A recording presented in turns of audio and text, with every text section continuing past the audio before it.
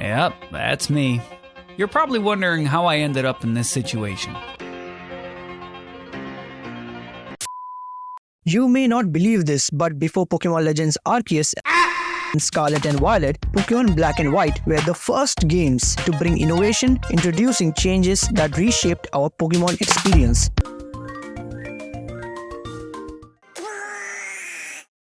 Well. Other games also did the same, but the impact on the Pokémon community.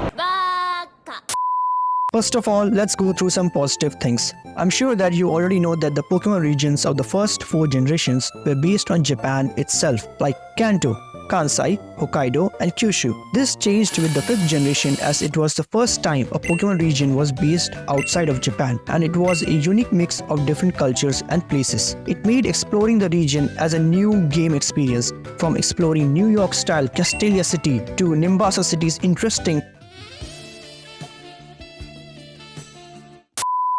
Do you know what else was successful? Gym designs. Each gym was crafted to reflect the personality and speciality of its gym leader. From roller coaster in Nimbasa City Gym to the Castelia City Gym with its honeycomb style, every gym presented something unique. These innovative designs added a layer of excitement and immersion to the game, transforming gym battles into something memorable.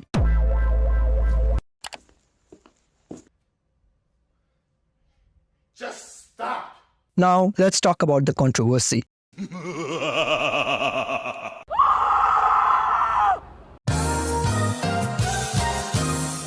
Whether you agree or not, it doesn't change the fact that Pokémon games are built on nostalgia. For new players, it might not be an issue, but for old players who have been present from early generations, it binds them to the game as they catch their favorite Pokémons from past generations. And Gamefreak knows that when they make games, making sure that they will extract every bit of nostalgia from the players. But Pokémon Black and White introduced a new region with only new Pokémons. That means no fan-favorite old Pokémons until the post-game. It's surprising, but the purpose was to give a feeling of freshness. The goal was simply to give the same feeling as the original game.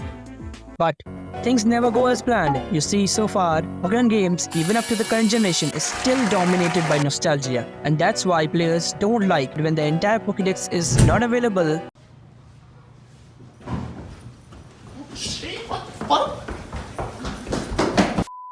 The past games have always shown that there is a small dark side to the series, like illegal capturing of Pokémons or world destruction. But in Black and White, Team Plasma presents a much deeper question regarding Pokémon rights, morality, and ethical implications of Pokémon battles, challenging players to consider the result of the actions. But in reality, it's all an act, because they use the propaganda to hide the real purpose, that is, capturing all Pokémons and world domination. While many fans acknowledged the deeper narrative, some fans thought it was too different from the game's main focus on adventure and exploration. Critics of the storyline argued that Pokémon games should prioritize gameplay over heavy-handed or deep storytelling.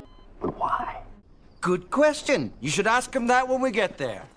Pokémon Black and White decided to upgrade from 2D to 2.5D, which had a very big impact on graphics, especially dynamic camera angles, which clearly improved as it made the world immersive. Not only that, but even Pokémon sprites changed from static to animated sprites. These improvements were designed to make the world exploration and battles more visually dynamic and engaging. And for a Pokémon game, during that time, it was impressive. But unfortunately, despite these improvements, some fans were nostalgic for the 2D art and simpler animations of earlier games. And they thought that the 2.5D style lost some of the charm and character that was in the original game. It's only a game. Why you have to be mad? Almost everybody likes quality of life improvements in games, and that's why Black and White introduced several gameplay changes, including reusable TMs and reducing the number of HMs, but it doesn't matter as much because not a single HM is required to complete the main storyline, except Cut, which is used on a single tree near the first gym. I guess that's why they gave those monkeys. In fact, later in the games, not only you receive a lucky egg to help with reducing grinding, but also bags were upgraded for better inventory management. It's amazing, but some players didn't like the quality of life improvements because they thought that these conveniences made the game too easy. So, what are you trying to say? Well. I'm sure that by now you're able to get the big picture that the common thing between all of these points is nostalgia. And this problem exists even to the current generation. In the end, I can say that Black and White gained its reputation a bit too late. Therefore, it raised a question: what should be the balance between innovation and tradition in a Pokemon game?